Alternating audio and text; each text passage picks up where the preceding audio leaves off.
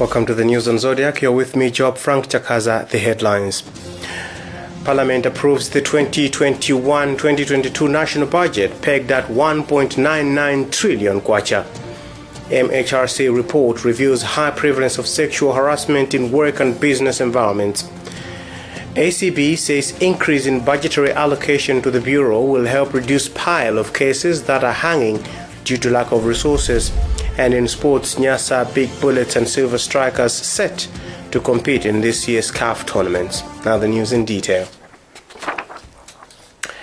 Members of Parliament have approved the 2021-2022 national budget pegged at 1.99 trillion Malawi kwacha. The legislators sat to approve votes different government departments and institutions for almost 4 hours. Shimwe Badata reports from Parliament. Members of Parliament have passed the 2021-2022 national budget after adopting all 55 votes as they went into Committee of Supply today, where they took a thorough scrutiny of recurrent and development estimates in the 2021-2022 national budget.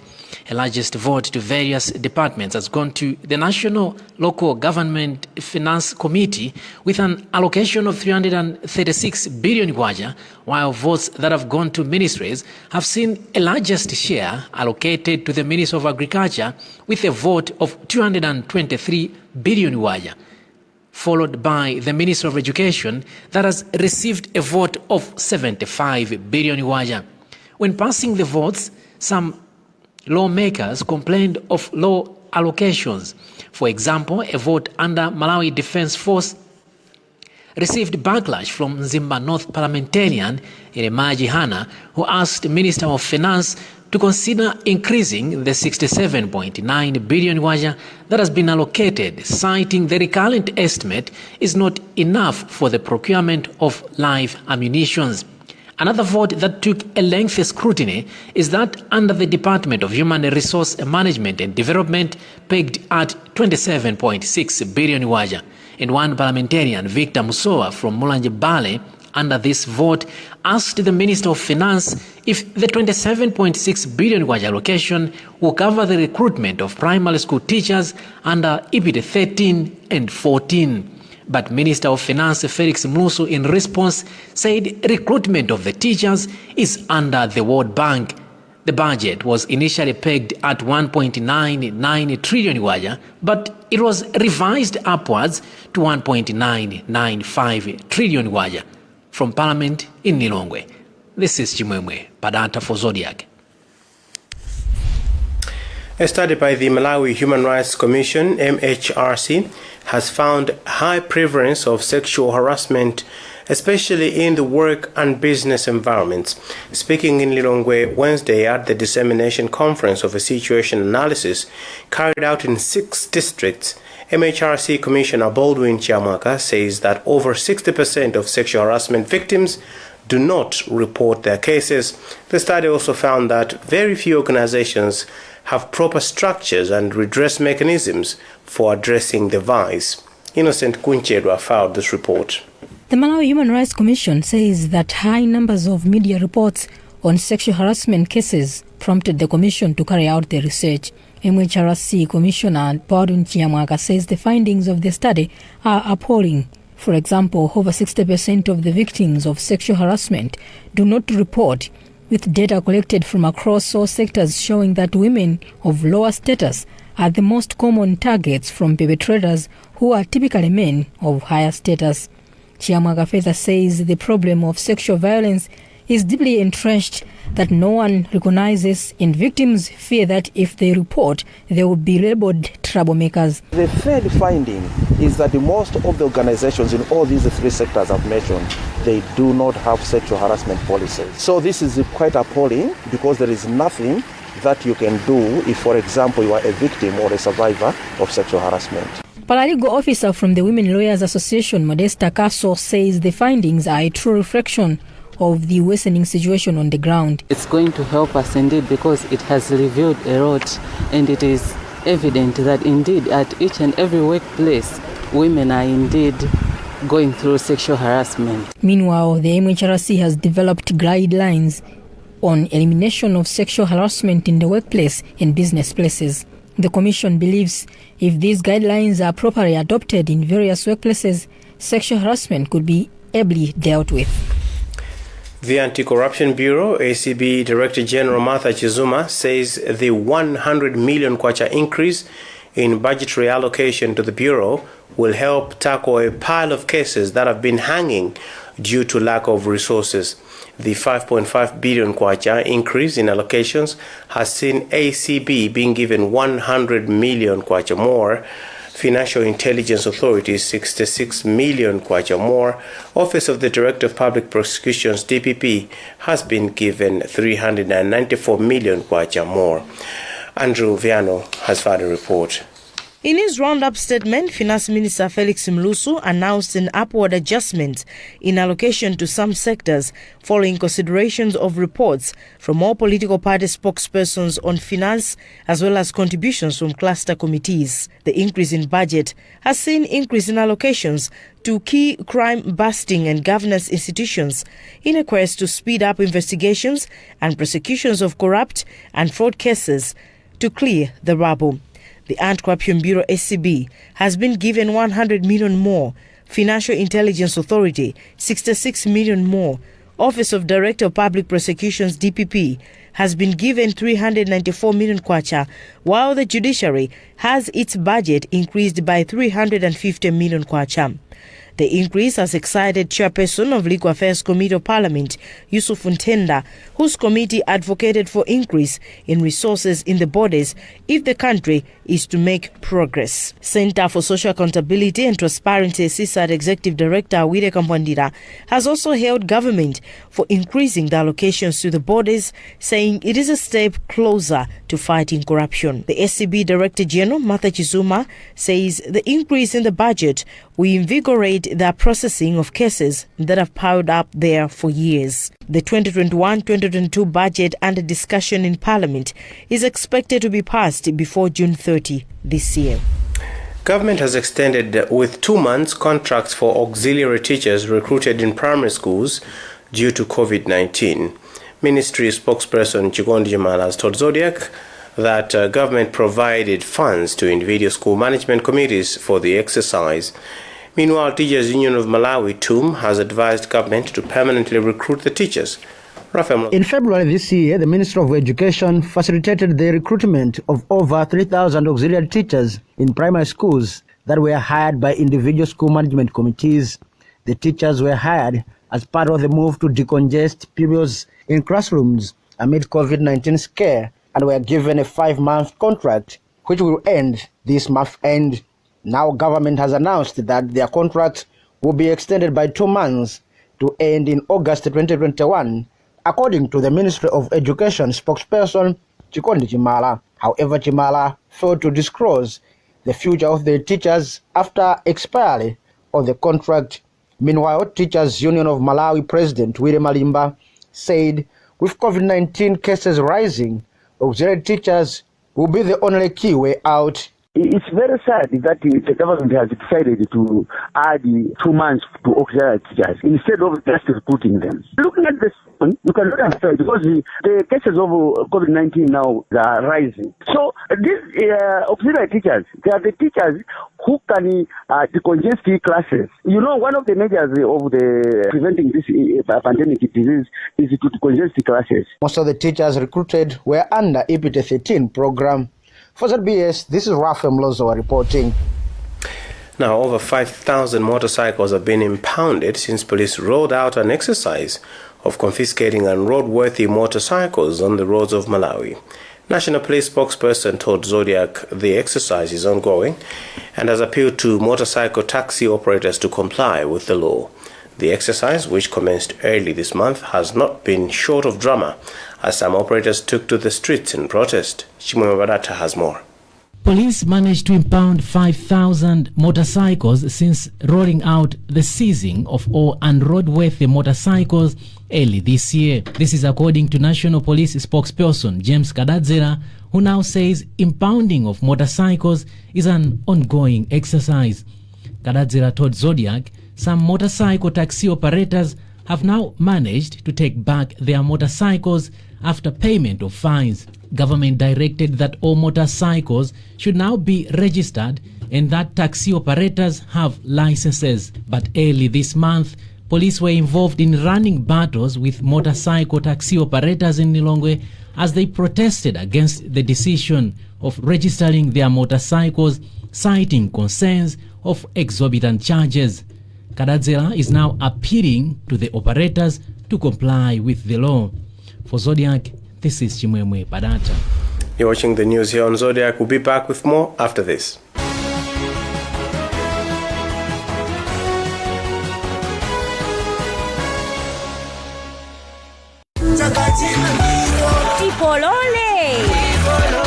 Kungonjezera mayunitsi a TNM kuyambira 200 kwacha kapena kuposera pamenepo mutha kukhala mmodzi mwa mamilioneya mu TNM Tikolole promotion.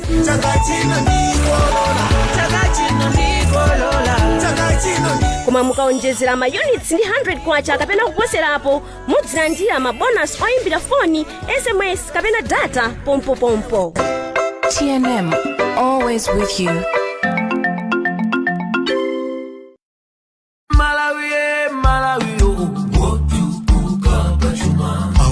Sompenya amalawi watukula malawi 2063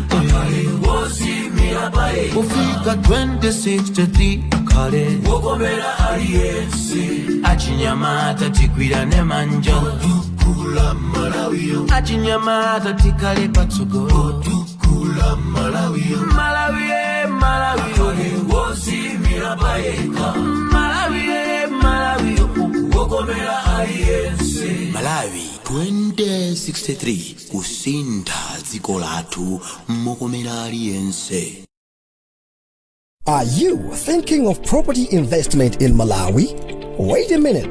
You mean you have never heard about Housing Investment and Development Cooperative, HIDICO?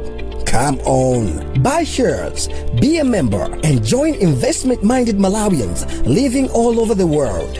You can get affordable plots and build a house of your dream at your comfort. We offer housing loans to our members, modern house plans, construction services, and we have plots in several cities in the country. Have the opportunity to build a home in new upmarket residential areas developed by HIDICO. For inquiries, call 0992 020 745 or 0998 351 313. Don't miss the only chance to own a company that sorts out your housing and investment solutions. Join HIDICO today. HIDICO, Housing Investment and Development Cooperative.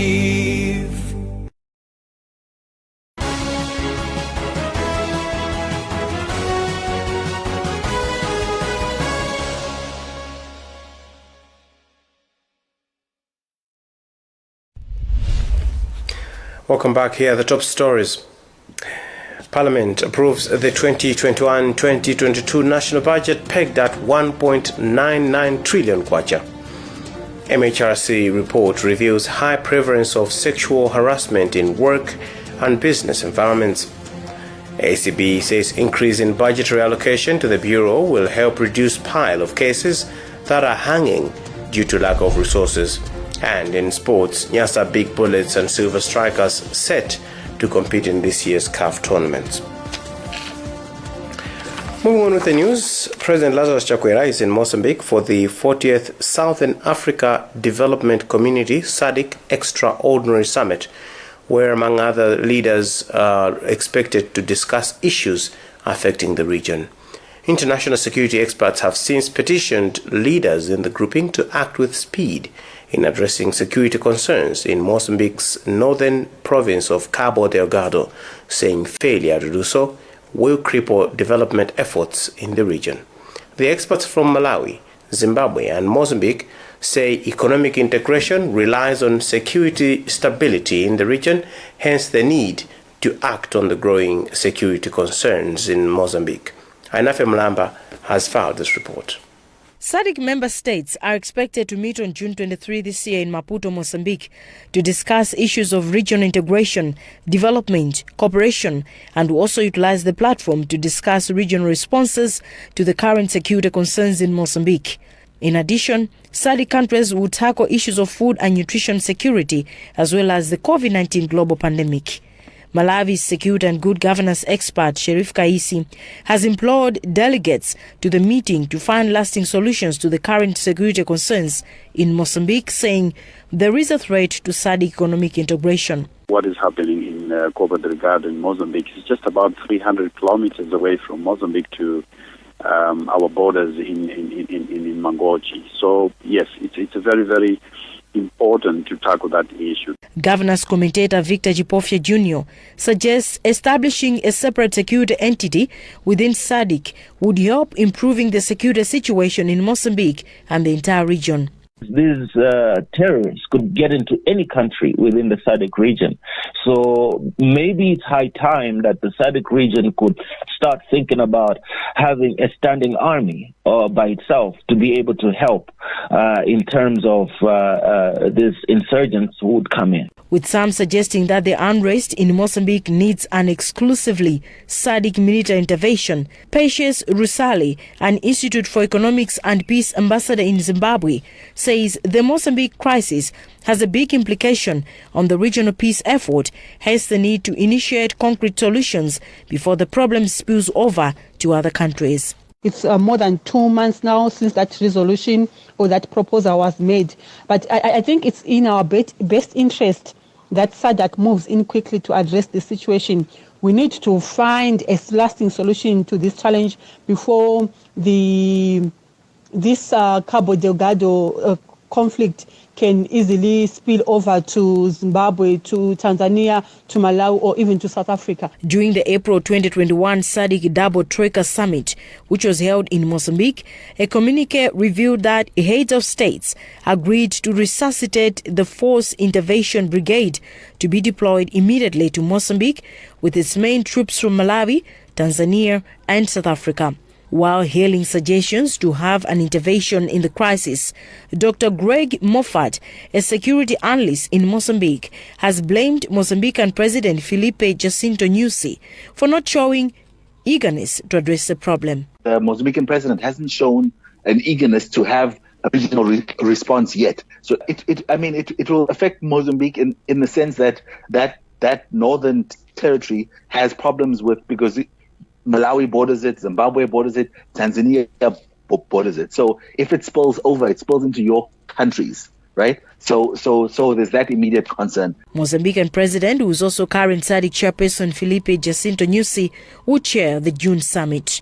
There has been an Islamic insurgence in the northern province of Cabo Delgado in Mozambique, with reports of attacks, kidnappings and beheadings, which has seen over 3,000 people killed and dozens displaced. A human rights organization, Nyasa Rainfall Alliance, has underscored the need for the country to uphold human rights values of the minority groups, such as the LGBTQI, for Malawi to attain remarkable human rights status. Nyasa Rainbow Alliance Executive Director Eric Sambisa observes that minority groups are not provided a platform to actively participate in political and democratic processes. To this end, the organization says this coming Saturday they will present a petition to government on the need to promote the rights of all groups of people in the country. The issues that are in the petition are just challenges that the LGBTI people face, and we are also responding to the petition that the UPR cycle that Malawi had last year in November.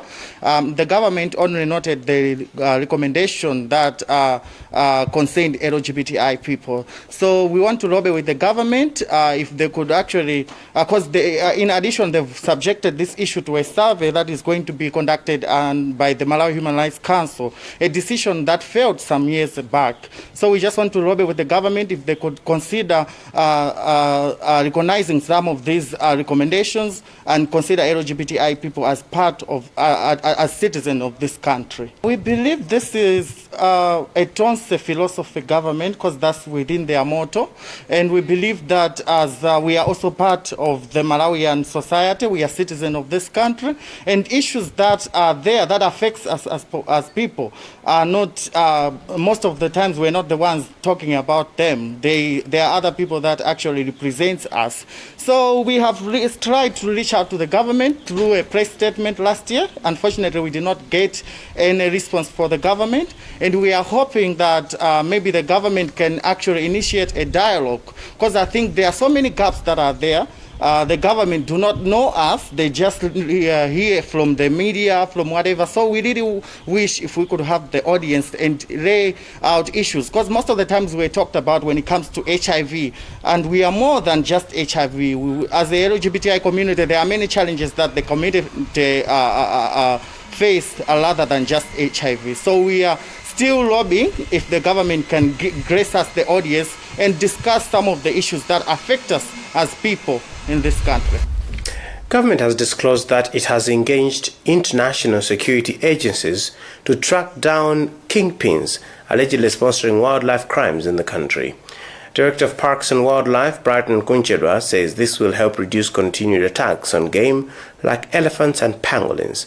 Security expert Wonderful Kuche has tipped the department to empower local community policing wings who can be used as a whistleblower on the crimes. Steve Zimba has a report. In 2013, government through the Department of Parks and Wildlife reviewed and enforced some laws following increased cases of wildlife crime targeting game like elephants for their tusks. Director of Parks and Wildlife, Brighton Kumchedwa, says following these measures, the offences have reduced despite that there are remaining portions such that government is now working on tracking down sponsors of the crimes. Mr. Kumchedwa has told us that they are doing this with their international counterparts. So we have moved beyond the national effort to regional and international. So we link up with other organizations outside Malawi, NGOs like, I'll give you an example of Tracy Forensic Network. We have environmental investigations agency, for example, very key institutions that do provide us with very important information. The expert Wonderful Mkuche, despite hailing the move, has advised government to also use local duty bearers surrounding protected areas to man against the game. Knowing how these crimes have been happening along the years, it is important for government to empower local structures, for example, community policing, the traditional leaders, to make sure that they act as whistleblowers whenever they hear about such crimes. Because whenever they are committed, it means the country is losing a lot in terms of its wildlife and also its economy. Lately, there have been cases of people being found with protected game like pangolins, which in most Asian countries use their scales to make perfume, and the flesh is a delicacy. For Zodiac in Mzuzu, this is Steve Zimba reporting. In business news, small-scale business operators in Blantyre have teamed up to form a grouping christened Blantyre Service Providers, BSP.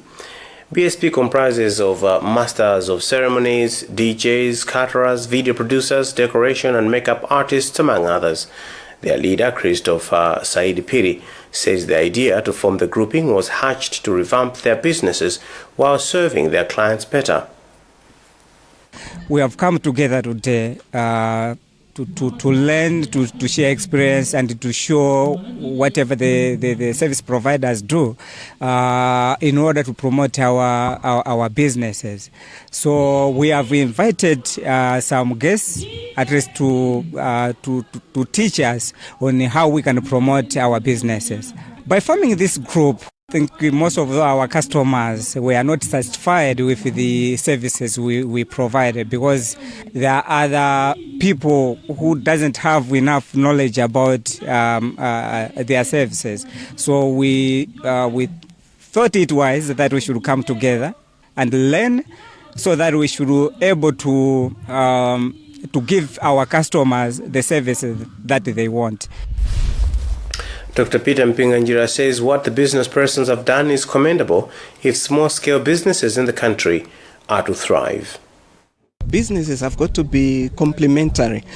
What one does must be complemented by what another person does. So it is always good to come together in forums like this so that you can know who you could partner with in future.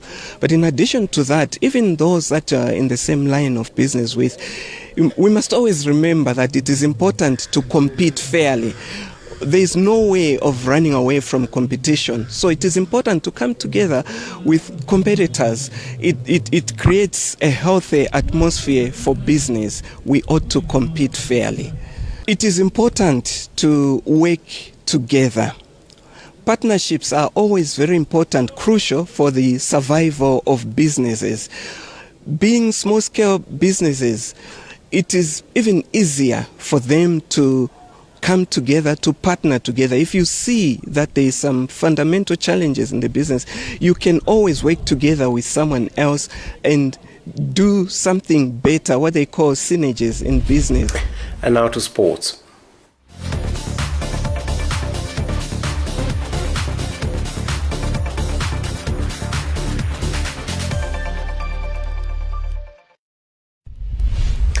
Nyasa Big Bullets and Silver Strikers are set to compete in this year's CAF tournaments as they have officially expressed interest through the Football Association of Malawi. FAM's club licensing and compliance manager Caspar Jangale confirmed the development, adding that the two clubs will be vetted locally before officially submitting the names to CAF. Bullets are eligible to play in the Champions League, having won the 2019 TNM Super League, whereas Silver Strikers are eligible to play in the Confederations Cup, having won the 2019 Airtel Top 8. Brad Kanyama has filed a report. 2019 TNM Super League champions Nyasa Big Bullets and the 2019 Airtel Top 8 champions Silver Strikers are set to represent the country in this year's Confederation of African Football Tournament. The country had no representative in the current campaigns due to the COVID-19 pandemic, which interrupted football activities almost the whole of 2020. FAM's club licensing and compliance manager Caspar Jangale confirmed the development, saying Silver Strikers have been given a chance after the eligible team Blue Eagles, who won the FICID Challenge Cup in 2019, did not show interest. Jangale, however, cautioned the two clubs that they will first have to meet necessary requirements before their names are submitted to CAF. We're just looking forward to receiving documents and hastening the club licensing implementation process to ensure that when we grade these two teams, Silver Strikers and Big Bullets, they should all be in line and meet the minimum requirements set by CAF. And we hope that this is good news for Malawi as a country as well as for football. Soccer Africa analyst Austin Otieno from Kenya told Zodiac that having two teams in the tournament have a huge bearing on the performance of the national team. Silver Strikers and Nyasa Big Bullets, they are big teams. They have good players. There's a player there I saw playing for Nyasa Big Bullets, a very, very good player, talented player. They should just ensure that they hold on to their players and maybe recruit to reinforce the ones that they have so that they even tie them with longer contracts. Because the CAF Champions League, remember, if it is Nyasa Big Bullets representing the country in the CAF Champions League, they will only have one match to win. If they win that match, then they will have 4 more matches on the table. Because winning that first match, the next match they will be in the first round of the CAF Champions League. Nyasa Big Bullets will be making their 4th appearance in the competition, whereas Silver Strikers will be turning out for the 2nd time in the Confederations Cup. For Zodiac, this is Bright Kanyama.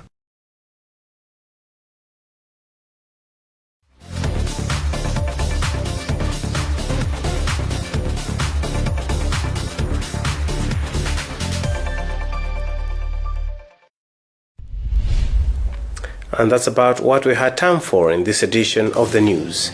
Before we go, a look at the headlines. Parliament approves the 2021-2022 national budget pegged at 1.9 trillion kwacha. MHRC report reveals high prevalence of sexual harassment in work and business environments. ACP says increasing budgetary allocation to the Bureau will help reduce pile of cases that are hanging due to lack of resources. And in sports, Nyasa Big Bullets and Silver Strikers set to compete in this year's CAF tournaments. Visit our website zodiacmalawi.com for more. And my name is Joe Frank Chakaza. I wish you a lovely, lovely time. Bye-bye.